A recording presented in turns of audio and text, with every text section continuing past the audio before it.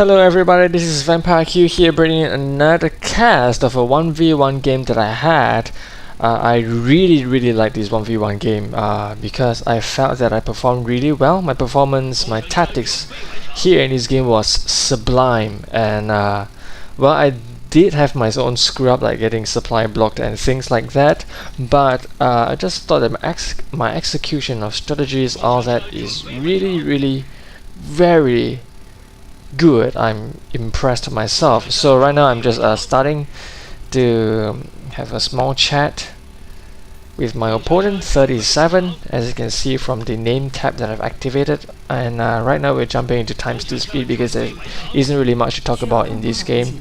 In this game I was like experimenting. I didn't want to open the standard 3 racks, which is usually the way I open with Terran most of the time. In fact, I can say all the time. So I'm trying to incorporate Reapers into my play more. So I actually opened Reapers this game, but it's more like a delayed kind of Reaper, so as you will see later. So right now I'm just getting a little bit of harassment from the enemy probe, and I managed to drive it off by sending another SCV 2-on-1. He's sure leave.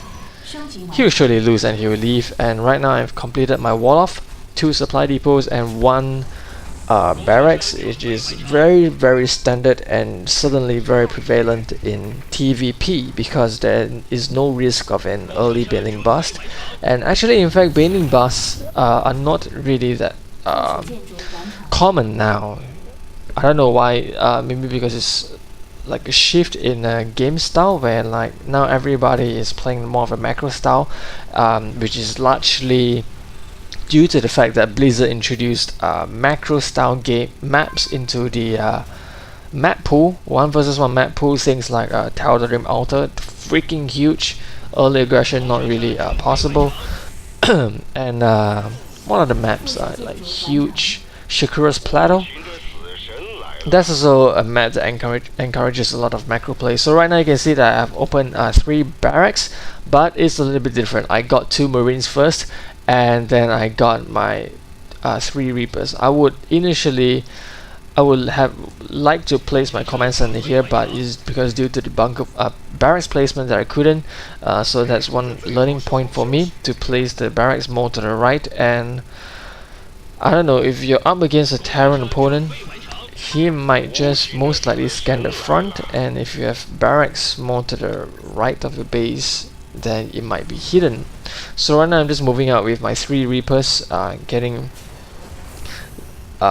not want them to cut straight across because I fear the opponent might be holding Zelnaka Tower, and I want to hide the fact that I do have Reapers as much as possible. So why do I have a bunker here? Because opening Reapers leaves me quite vulnerable. At least that's what I feel, and of course I'm coming out with a pretty fast expansion, which I would like the security from the bunker to keep me safe, because if he goes 4 gate he can pretty much take me down very quickly. So right now my Reapers are getting to work, and I see his forces coming out to chase my Reapers away, and definitely I will get the heck out of there to keep my Reapers alive for future use, which I indeed will use them. So now my command center is completed, and well, I've never really used this function. So right now I've got 5 workers killed. No, not that I've got 5 workers killed. I killed 5 workers, and he has killed 2 of my units, which are Reapers. So I'm setting to be in a good position, because every single worker you kill adds up to a little bit of victory, adds up to a little bit of advantage on your side. As you can see now, let's open up this worker. I've got 29 workers compared to his 24. My army supply is bigger, 27 to 17 supply, and right now I'm just moving into my expansion, going to transfer my SCVs with quite good timing. I can say I should have transferred my SCVs a little bit earlier, maybe 3 seconds earlier. And right now I'm moving. I salvaged my initial bunker, and to move to build 2 bunkers on my expansion, which The reason why is because the expansion is a huge area. I need more bunkers to cover more area. So right now I'm just working on macroing up, getting the engineering bay for +1 attack upgrades, and making sure that I do not get supply blocked, which I am right now, but I of course have supply depots on the way. So right now I'm setting my Reapers down to this natural of my opponent to scout whether or not he has expanded, and I apologize that I accidentally deactivated my camera view. So right now I've got my engineering bay up, getting my +1 upgrades, and getting missile turrets to chase off possible observers that may be sitting in my base. And I'm not sure if you actually saw this, but my Reaper's attack, the first attack, actually revealed that my opponent went 3 gate robo. And seeing the expansion of my opponent up right now, I'm just going to try to deny him, and at the same time going for a double prong attack, multi-prong attack, with Reaper's Reaper going to his mineral line while I attack his expansion.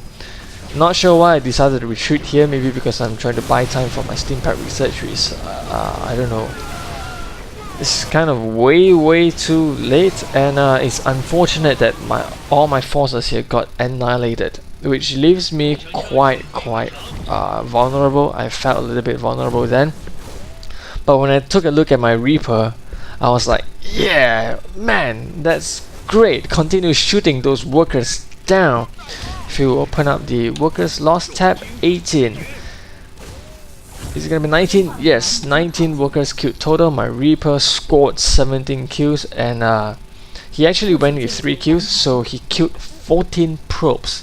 That is a lot. Multiplied by 50, that's 700 minerals gone. That's, wow, that's a lot. And actually from the engagement alone, I almost felt like I have won the game right then. And my macro kind of slipped, like sitting on a lot of minerals, and here I'm getting attacked. I believe it is a counter push by him to try to even the game out. Maybe he's thinking that he just annihilated a whole force of mine. I shouldn't have too much to he shouldn't have too much to contend with. Unloading my bunkers because it's out of range, and trying to fan off this attack, which I will be able to with ease because Marauders counter Stalkers forever. Why did I say forever? Marauders counter Stalkers. That's it. I should have just stopped there. I shouldn't have said the word forever. So right now my Reaper is coming in again, and because of the +1 upgrade, it becomes 2 shot kills, which I didn't know until I looked at this replay. I'm just like two shotting, like wow, 2 shot. That is impressive. From 3 shots become 2 shots. So if you're going to use Reapers, +1 upgrade is very good if you're intending to harass the mineral line. And just take a look at the food count right now. I'm 81 versus 33. Let's take a look at the army supply. 37 versus 11, worker supply 47 versus 24, and I'm just in an astoundingly huge lead right now.